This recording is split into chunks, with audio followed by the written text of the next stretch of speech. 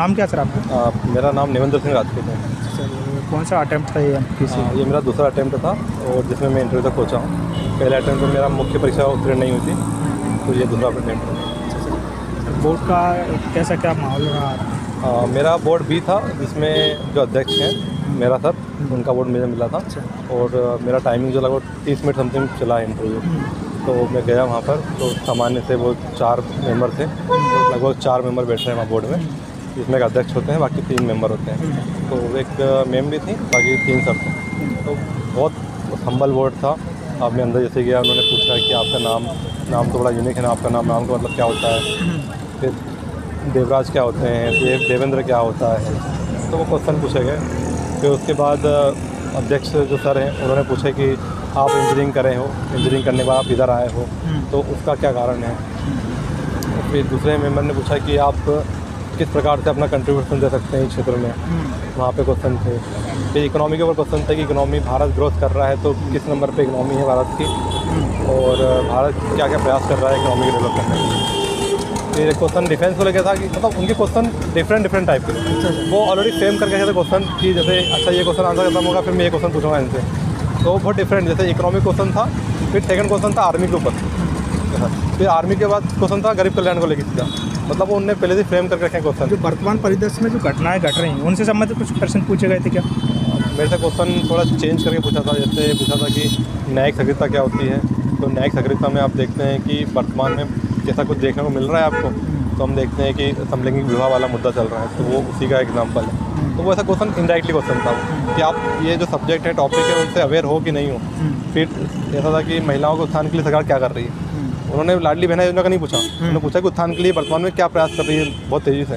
तो वो लाडली बहना को योजना को लेके कि उनको क्या योजना के बारे में थोड़ा सा बताया, 2-3 योजनाओं के बारे में पूछा था।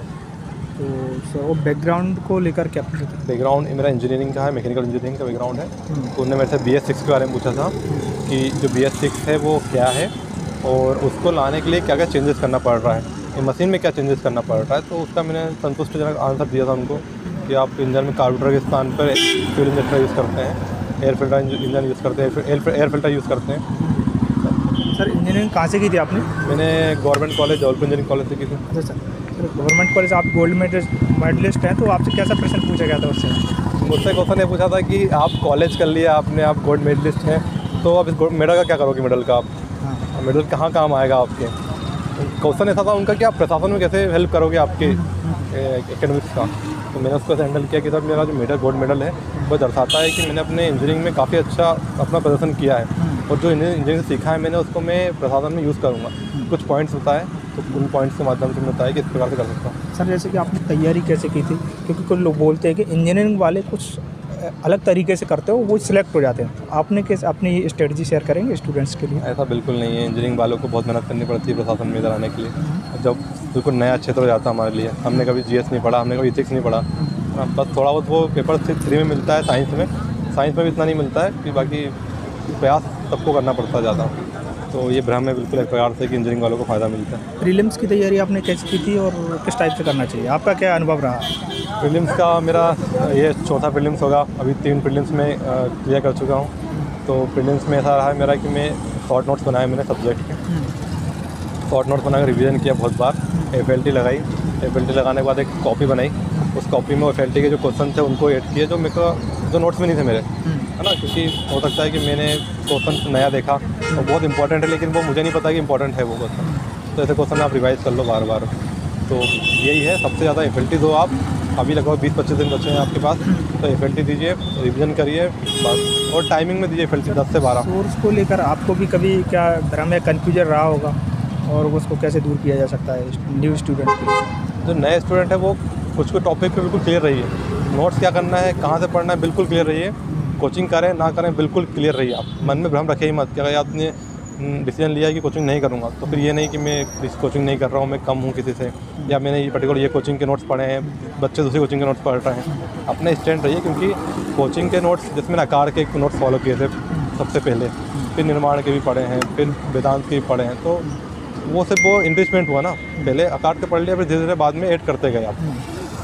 तो ये है कि आप बस अपने नोट्स अच्छे बना लीजिए, और खुद के नोट्स बनाइए, किसी भी लाए मत करिए कि भाई किसी पर्टिकुलर कोचिंग के ऊपर ही नोट्स के ऊपर अपन ध्यान दे रहे हैं बस। मेंस को लेकर मेंस की तैयारी आपने कैसे की थी और इतना बड़ा सिलेबस को कैसे हैंडल किया आपने? मेंस का ऐसा है कि मेरा पहले अटैम्प्ट में मेंस क्लियर नहीं हुआ था, ये मेरा दूसरा अटैम्प्ट था। तो मैं मानता हूँ कि मैंने दूसरे प्रयास में जो किया है तो वो अगर बच्चे करेंगे, जो नए स्टूडेंट है वो करेंगे, तो उनको हो सकता है एक अटैम्प्ट में क्लियर हो जाए। तो मैंने सर बहुत क्रिस्प नोट बना लिए थे, मतलब बहुत मेरे पास सटीक नोट्स थे, तो उनको रिवाइज़ करना बहुत जल्दी पॉसिबल हो जाता था। उनमें करंट अफेयर बहुत ज़्यादा थे, मतलब फैक्चुअल क्वेश्चन ज़्यादा थे, फैक्चुअल आंसर ज़्यादा थे।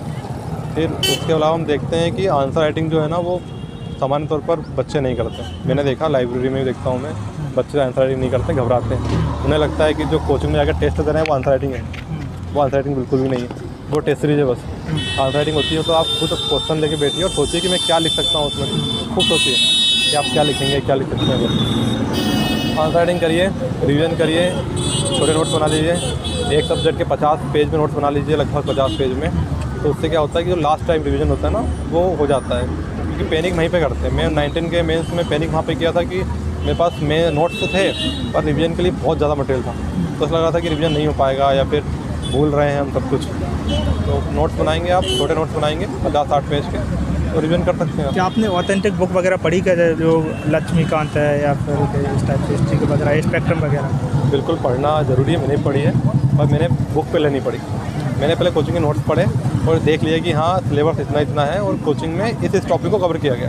आप बुक पहले पढ़ेंगे तो आपको भटका होगा कि सारी बुक कंप्लीट करना है। पहले कोचिंग के नोट्स, किसी कोचिंग नोट उठा लीजिए, क्योंकि बुक क्रिस्प नोट्स हैं बहुत ज़्यादा, उनको पढ़ने के बाद फिर बुक देखिए एक बार कि बुक में क्या लगे, और अपने नोट्स इनरिच कर लीजिए।